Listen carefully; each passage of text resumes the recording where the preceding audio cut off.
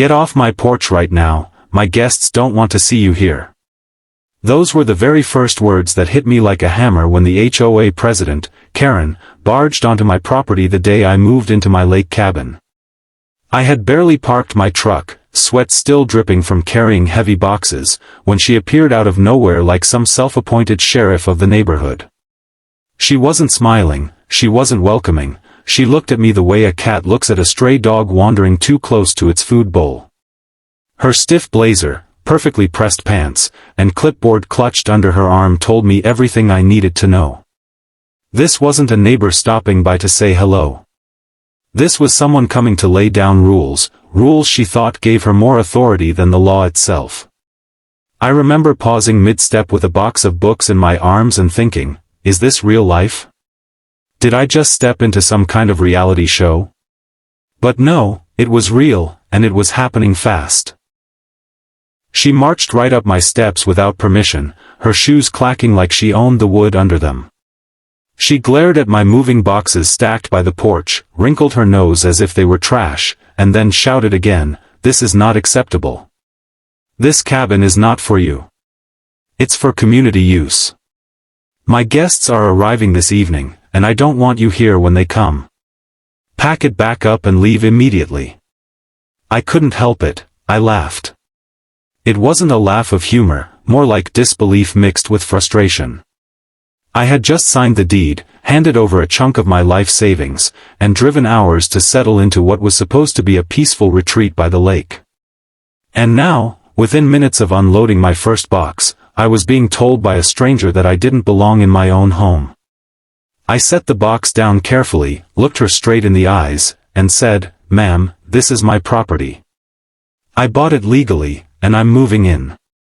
You don't get to decide who lives here." She blinked, her face twisting into something between shock and outrage, like no one had ever dared talk back to her before. Not for long, she snapped, her voice dropping into a hiss. "You don't understand. I am the HOA president, and I have an image to maintain for this community. Important people are coming tonight, and the sight of you here, with your clutter and your cheap boxes, will ruin everything. This cabin is supposed to stay empty unless approved for use. You are violating HOA authority." She jabbed her finger at me with every word, as if her authority could push me back down the driveway. My patience was already wearing thin. I'd heard stories of HOA nightmares, endless fines, ridiculous rules about lawn heights, even bans on certain colors of curtains, but I never thought I'd see it escalate this far this quickly. "Listen," I said, keeping my voice calm but firm, "I respect neighbors, I respect communities, but I don't respect bullies. This land belongs to me now. Not you, not the HOA, me. Your guests will just have to get used to seeing me around, because I'm not going anywhere." That's when she lost it. Her face turned red, her hands shook with rage, and she actually stomped her foot on my porch like a child throwing a tantrum. "If you don't step aside this instant, I'll call the cops and have you removed," she shouted. "You'll regret this. No one defies the HOA president. Not here. Not ever." Her words hit me like cold water, but not in the way she expected. Instead of fear, I felt a strange calm settle over me. I realized in that moment what kind of person I was dealing with. She wasn't just a nosy neighbor with too much time on her hands. She was someone who believed the community was her personal kingdom, someone who thrived on intimidation and control. She probably scared dozens of people into doing what she wanted, but she had picked the wrong target this time. I leaned on the porch railing, folded my arms, and said evenly, "Go ahead. Call the cops. In fact, I'd love to explain to them how the HOA president just trespassed onto my property and tried to evict the legal owner for daring to move into his own cabin. Let's see how that works out for you." For a moment, Karen froze. Her jaw dropped slightly, and her eyes flickered with uncertainty. She hadn't expected pushback, she expected me to cave. But her pride wouldn't let her back down. She straightened her shoulders, spun on her heel, and stormed off the porch. Fine, she barked over her shoulder, don't say I didn't warn you. You'll regret this, and your little vacation here will be over before it even begins. I watched as she marched down the driveway, pulling out her phone with dramatic flair. She started pacing back and forth at the end of the gravel, stabbing at the screen with her finger as she spoke loudly into the receiver.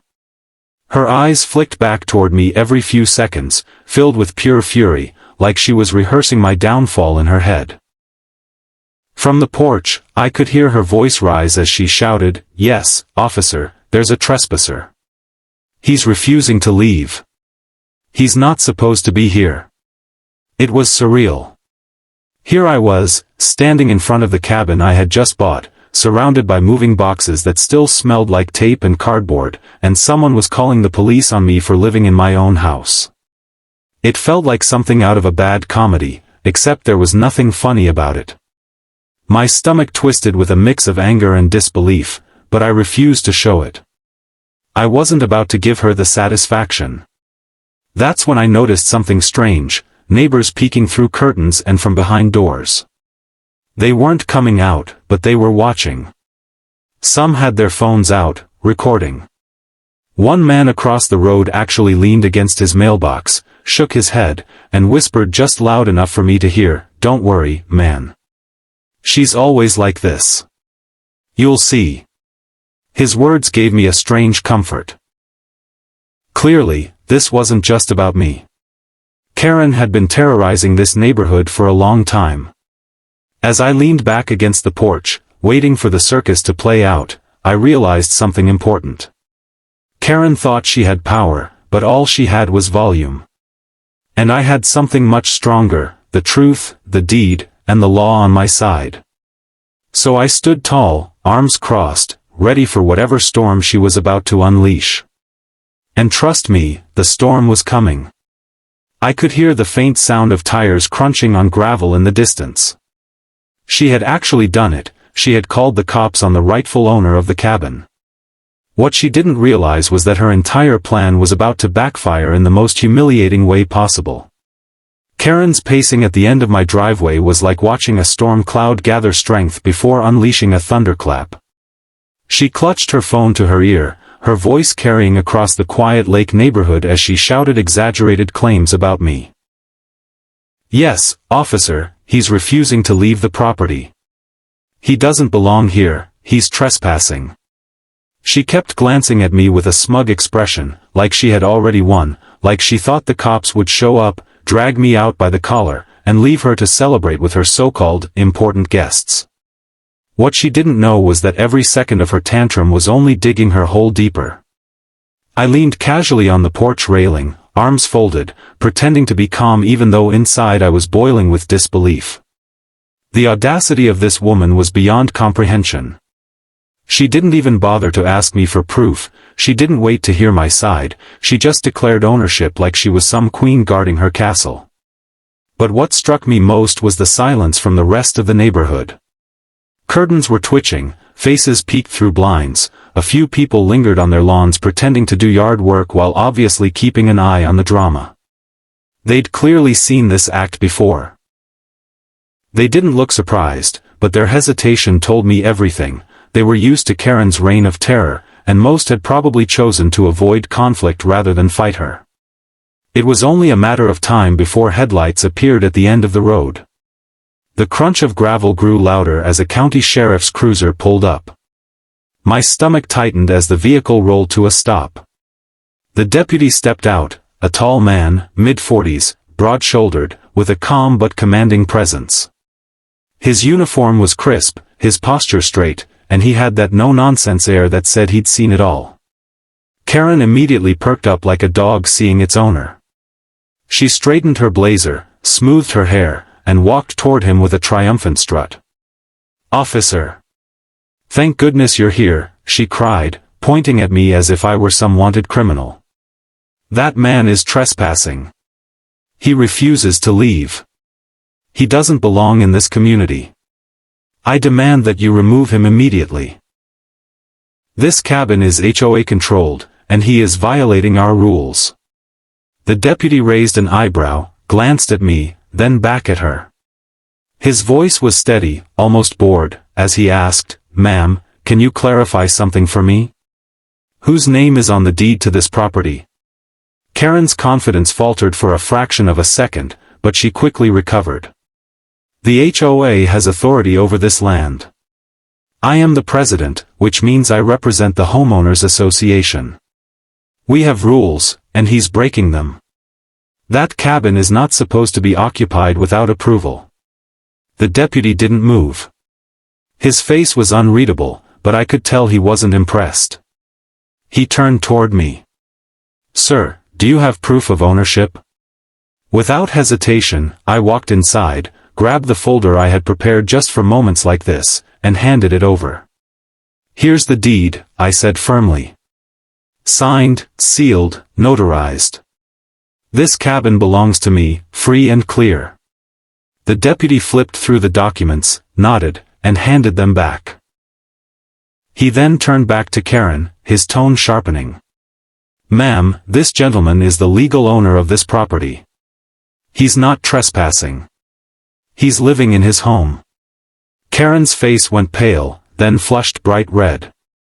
She sputtered, waving her arms as if trying to physically push his words away.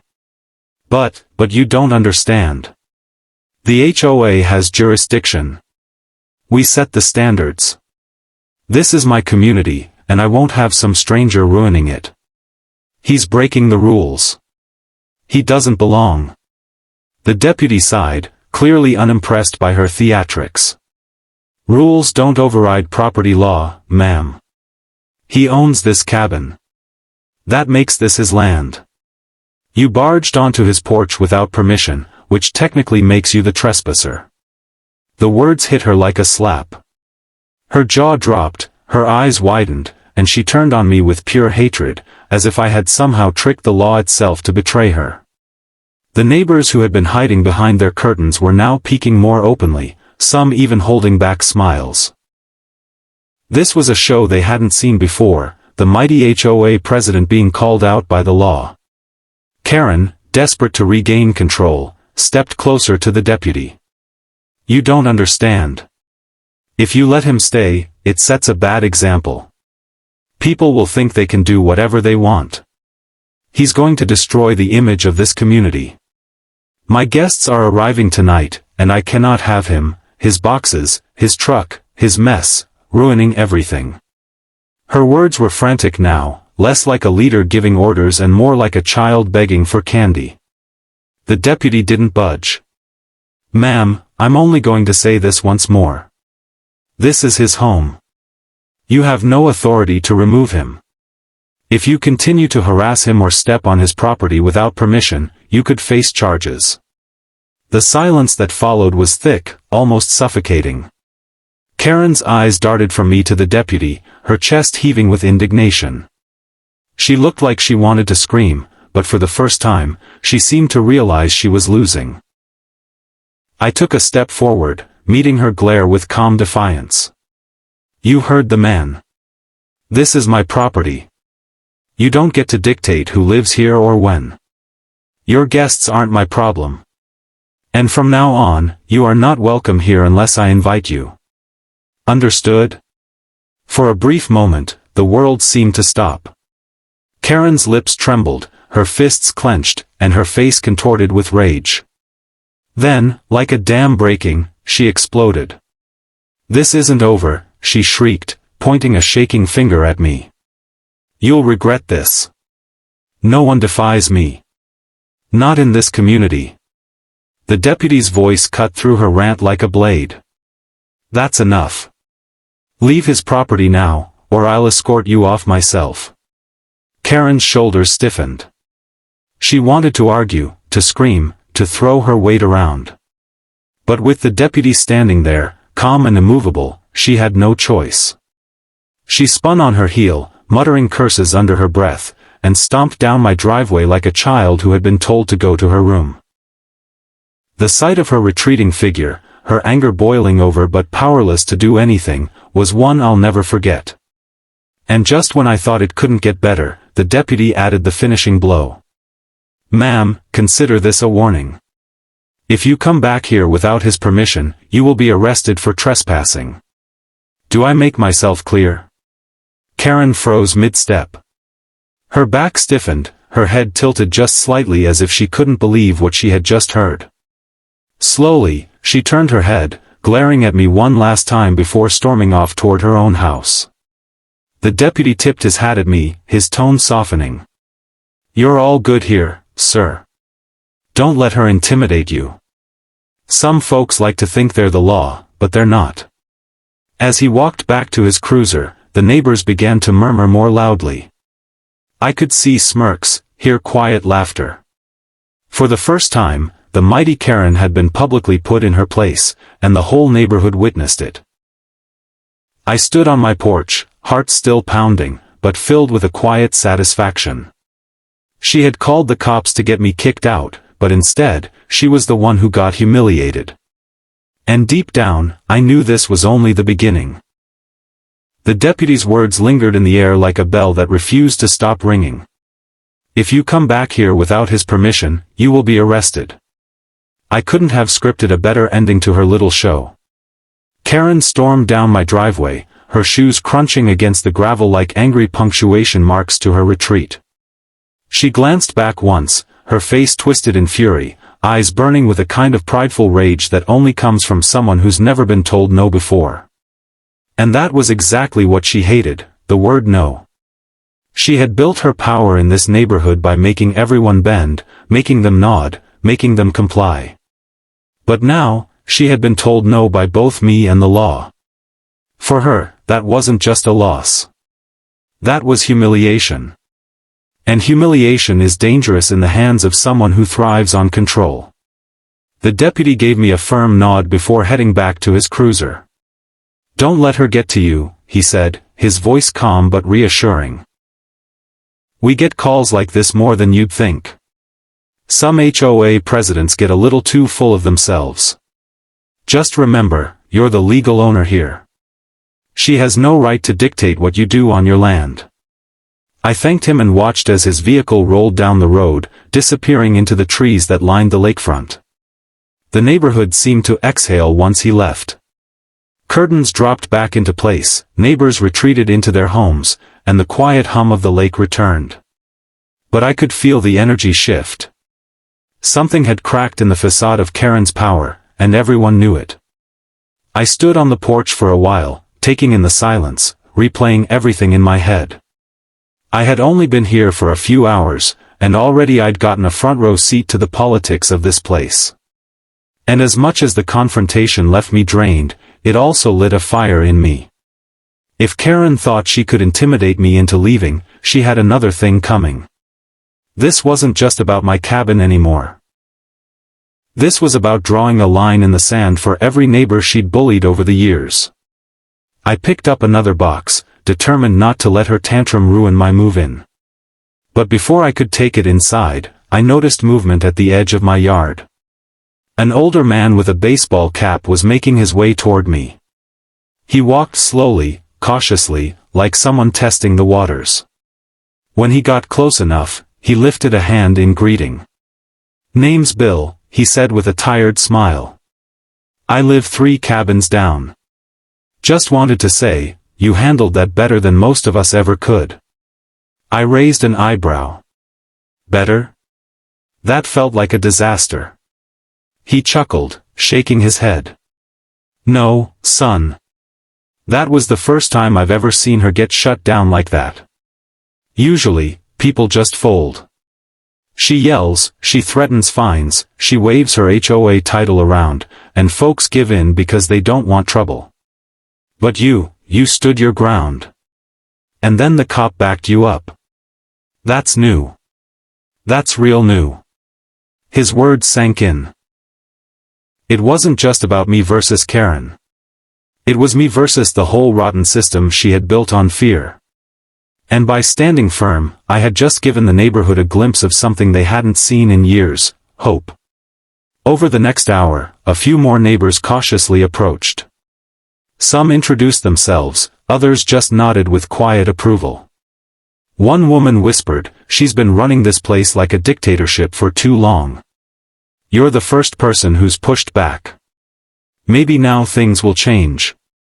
Another neighbor, a younger guy with paint stains on his shirt, told me how Karen once fined him for leaving his kayak tied up at the dock overnight.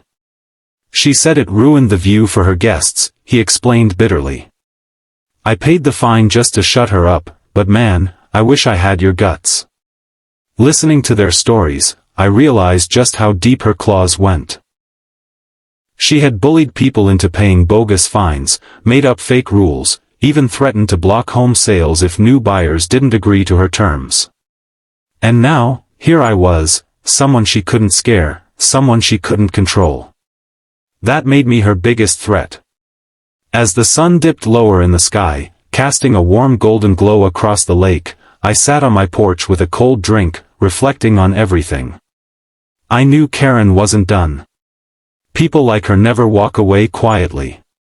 She would regroup, plot, and come back swinging even harder. But for now, I had one round won. And the fact that the deputy had sided with me in front of the whole neighborhood was a blow to her ego that she wouldn't recover from easily. Sure enough, just as the sky turned orange, I saw her again. She wasn't alone this time. Two women trailed behind her, both dressed as if they were heading to some kind of cocktail party. They whispered to each other as Karen pointed toward my cabin, her gestures sharp and angry. I couldn't hear her words, but I could read her body language clearly. She was spinning the story, painting herself as the victim, rallying her supporters. And while I didn't know what she was planning, I knew it wouldn't be good. Instead of confronting her again, I decided to let her stew. I stayed on my porch, calm and collected, a living reminder that her intimidation didn't work on me. Every time she glanced my way, I gave her the same steady look, a look that said, "I'm not afraid of you." Inside, though, I was bracing myself. This wasn't over. The storm wasn't finished. It was only gathering strength. But unlike before, I wasn't alone anymore. My neighbors had seen the truth. They had seen the cop side with me, they had seen Karen escorted off my property, and they had seen someone finally stand up to her. And that meant, whether she liked it or not, her power was starting to crumble. That night, as I settled into my cabin for the first time, I couldn't help but smile. She had tried to ruin my move-in day. She had tried to evict me from my own home. But all she managed to do was expose herself for what she truly was, a bully with no real authority. And if she thought she could scare me into leaving, she was in for the fight of her life. The first full night in my new cabin should have been peaceful, the kind of quiet evening where you sit by the lake with a cup of coffee and let the sound of crickets settle your nerves. But instead, I sat awake, listening to every creak of the wooden floor, every rustle outside, half expecting Karen to barge in again with some new excuse. The deputy's warning had been clear, but people like her didn't take warnings, they took them as challenges. And sure enough, the next morning, the storm I had been bracing for rolled back in. When I opened my front door, there it was, a bright yellow envelope taped to my doorframe. In bold letters it read, HOA violation notice. I almost laughed out loud. The paper listed 3 supposed violations: improper placement of moving boxes, porch lights that did not conform to HOA standards, and disruptive presence in community space. It was so absurd I had to read it twice. My cabin wasn't even under HOA jurisdiction, but Karen had made it look official, with her signature scrawled across the bottom like some kind of royal decree. I held the paper in my hands and thought, this is her comeback. A fake fine? But then I realized, this was exactly how she had been controlling everyone else. Fake notices, intimidation, threats of legal action. Most people didn't question them. They just paid up or obeyed. But I wasn't most people. I marched right down to the county office with the notice in hand. The clerk behind the desk barely looked up before saying, "Oh, Karen again? You're not the first to complain about these." He explained that unless my deed specifically placed my property under the HOA's legal authority, her notice meant nothing.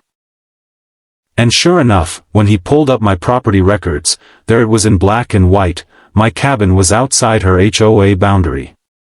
She had absolutely zero legal control over it. I asked the clerk to put that in writing, and he happily handed me an official letter stamped and signed by the county. Holding that document felt like holding a shield. Karen could scream, write, threaten, but the law was on my side. By the time I got back, word had already spread. A couple of neighbors stopped me on my driveway, curious about what I was carrying.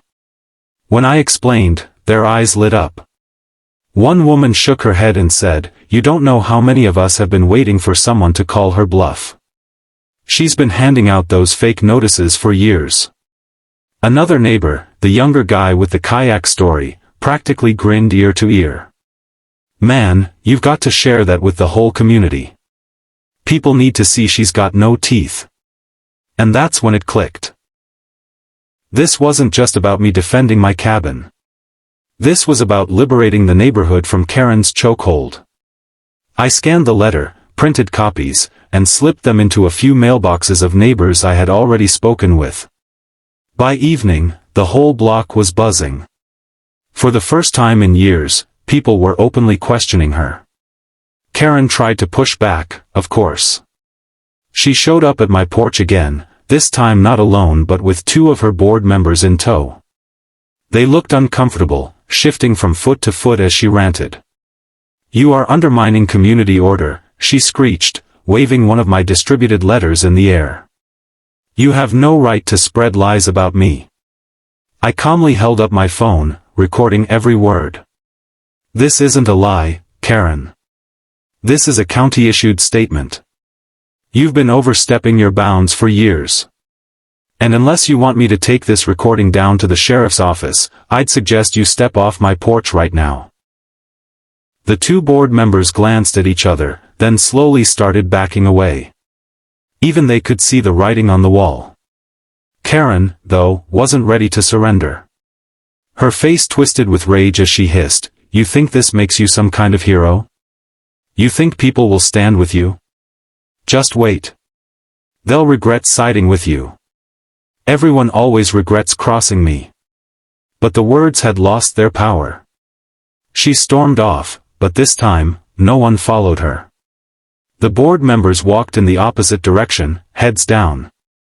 Over the next week, the tide turned completely.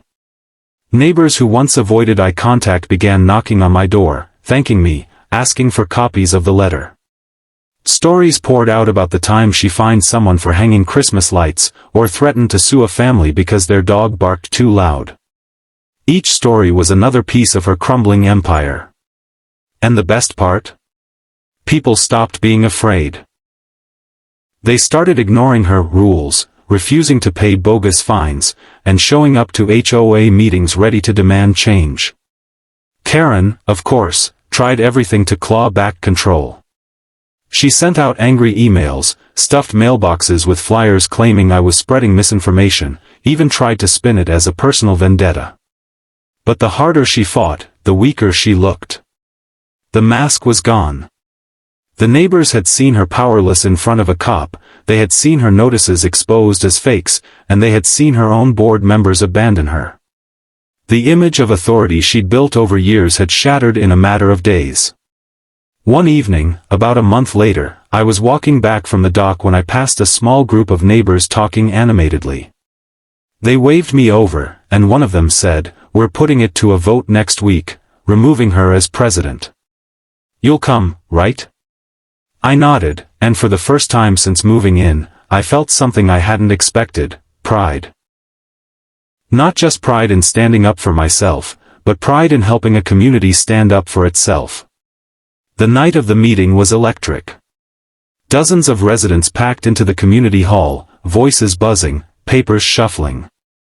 Karen sat at the front, arms crossed, her face locked in a scowl.